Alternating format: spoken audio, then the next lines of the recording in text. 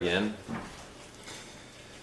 Alright, good evening YouTube. I figured with the winter being as it is and all the crappy weather that we've had recently, I would just kind of go over some of the musky baits that I've been receiving in the mail throughout the winter that I am super pumped about throwing come, I guess, spring/summer and diving right into that.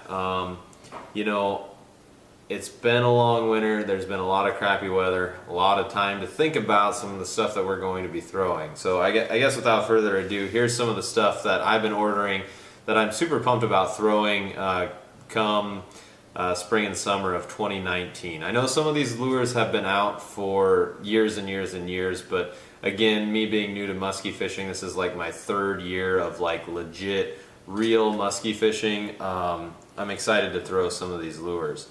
Okay, so I guess I'll just start with a plastic lure that kind of came on the market last year and kind of made some waves, and I didn't really give it the credence that I should have, and that is the Lake X Toad. I've seen a lot of videos on YouTube and a lot of guys doing really well with them. I've talked to one guide in particular from the Hayward area where we do a lot of musky fishing who really turned me on to this bait and said that he had had a lot of success with them just because of the way that the lure pauses. It's not quite like some of the other soft plastics on the market. I'm personally not a huge soft plastic guy when it comes to musky fishing, but I guess I'll give it a shot this year and see what happens, and hopefully the Lake X Toad as well as that very unique pause can put some fish in the boat for me. Alright, the next one that I have here would be the Booker Tail 500 series. Again, this is not a new lure. Joe has featured it on his show a multitude of times throughout the years, and this has been a staple of like the Joe Booker bait series for quite some time. The biggest reason I'm excited about this is I've really watched a lot of Chaz Martin's videos as well as some of Joe's videos related to how when the muskies are fickle, downsizing in some of those cold front situations, or some of those situations where maybe they're turned off by a bigger bait and you can go after them with a smaller one. I've seen them on their channel use them as search baits to catch a lot of fish. I've also seen them catch fish over 50 inches on their YouTube channels with this Booker 500 series. So this is another one, albeit not a very big bait, but I'm really excited to try it in some of those cold front and some of those like smaller bait conditions, like earlier in the spring/summer when those fish are coming off post spawn and not looking for as big of a meal. Alright, so the next one I've got here is the Spanky Baits 8-9 series, and I'm really excited to use this because I've had a lot of success with the tandem 9s and tandem 8s fishing for muskie, so I figured if you combine the two then it must be good. I was also really interested in the fact that it has kind of these pressed blades or hammered blades. I haven't really used those in the past, but I assume and I've heard that they put off a significantly different vibration than just the clean blades that you see most people use.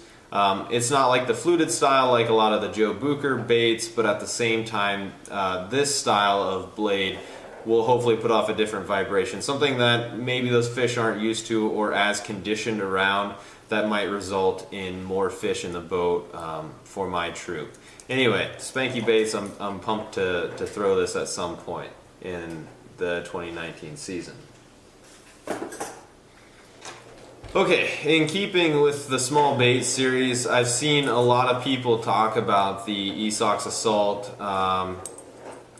single 8 series as a very successful musky bait, especially again when they're being fickle on some of those cold front type days where the fish just are being very neutral and not wanting to react. So I bought a couple of the Esox Assault single 8s for those specific purposes. Again, I've had a lot of success with tandem 8s in the past, and I really just wanted to try a single 8 just in case like maybe I'm missing out on something, or maybe I can elicit some of those strikes in that spring-summer transition, that post-spawn transition, where those fish are wanting a more subtle or small presentation. I think that's something in my arsenal that I've been really missing out on the past couple of years, as those fish in late June coming off the spawn can be kind of fickle and be kind of neutral.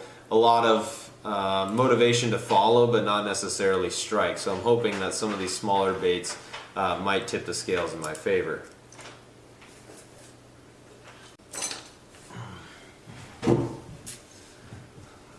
Alright, so the next one, in keeping with the small baits, related to kind of the post-spawn type situation, early spring, or excuse me, late spring, early summer, would be this TNA Tackle Angry Dragon. This is their smaller size. I have one of their medium-sized ones. I've caught some pike on it. I have not boated a musky on it yet, but I'm kind of hoping that the smaller size will do well for that. Truthfully, I kind of wish I had a couple of these smaller ones when I was down in Florida fishing in the Bassmaster Team Championship, because about a week after I got back, there was a team down there fishing with these, and they boated a 10-pounder on these Musky Angry Dragons. So 10-pounder would have gone a long ways in that tournament, but I guess if we make it back next year, then we can figure it out then. Anyway, again, I'm really pumped to throw the smaller size. Again, the black, you can never go wrong with it. And at the same time, too, it'll allow me to throw it in those low light conditions. And then, again, if I do some night fishing. We haven't done a ton of that. We did a little bit of it last year. That is definitely an interesting experience. And I suppose I'll get more into that later if I ever manage to film a night video.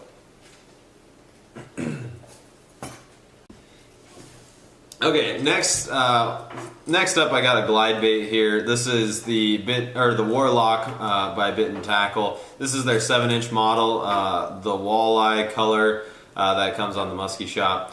I really appreciate their service and how quickly they get things out to me. Anyway, check them out if you're so interested. But this one in particular, I'm pumped about. I've seen them in Hayward Bait and Tackle like the last 3 summers that I've been up there, and I just have never pulled the trigger on one. Again, the glide bait thing, I like glide baits. They're easy to work for me. I'm used to that kind of motion from bass fishing and my background there, but like my biggest issue with glide baits is they tend to elicit a lot more follows than strikes.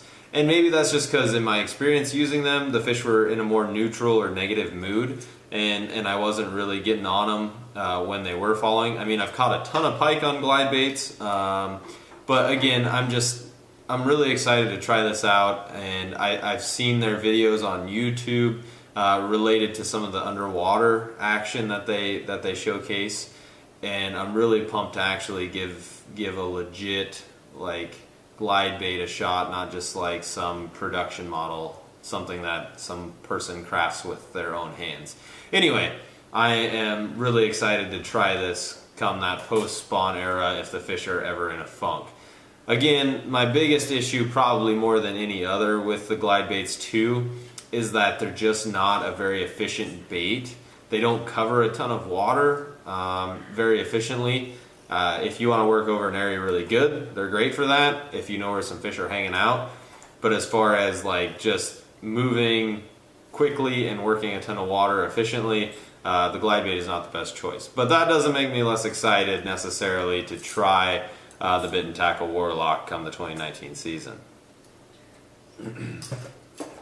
Okay, so one of the baits that I am probably most pumped about, one of my top 2 for the coming season, would definitely be this Bite Back Bait Company Trilogy model. I don't know how many of you guys watched today's Anglers videos, but they went to Lake St. Clair and just killed it on these Bite Back Trilogies, and since then I have wanted to get some in my hands and to just start throwing them as much as I can. I'm hoping that in the waters that I fish, the fish aren't necessarily used to this style of bucktail, and as a result that will hopefully trigger a few more strikes than I'm used to. I guess we'll have to see. I just got to get out there and start casting. But nonetheless, clearly a very different style of bucktail.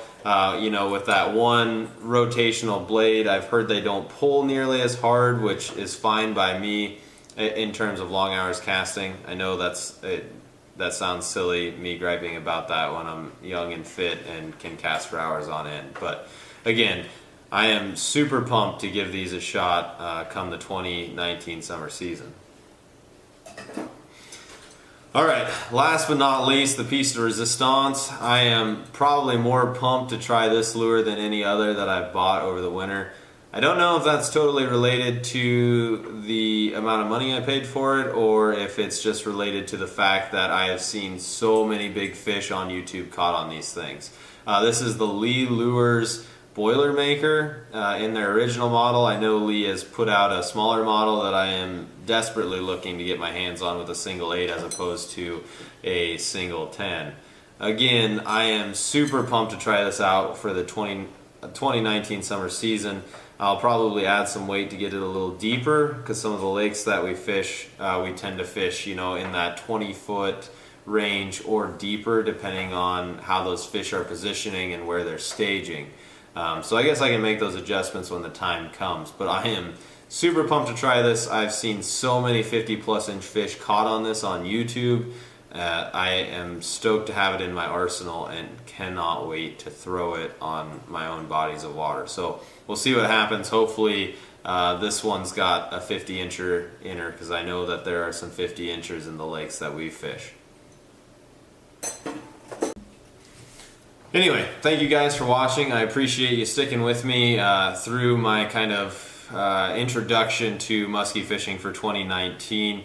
I am super pumped to get back on the water. It really stinks during the hard water season when you see all these videos that people are putting out that they recorded over the last summer season, and like you're reminiscing about some of the videos that you put out the last year. But again, really pumped to get on the water. If you have a comment about any of the baits, or if you're curious about any other information that I might be able to put out there regarding those baits, please let me know. If there's something else that you think I should give a shot that I didn't mention in this video, please feel free to comment below. Anyway, thank you guys for watching. I'll catch you in the next one.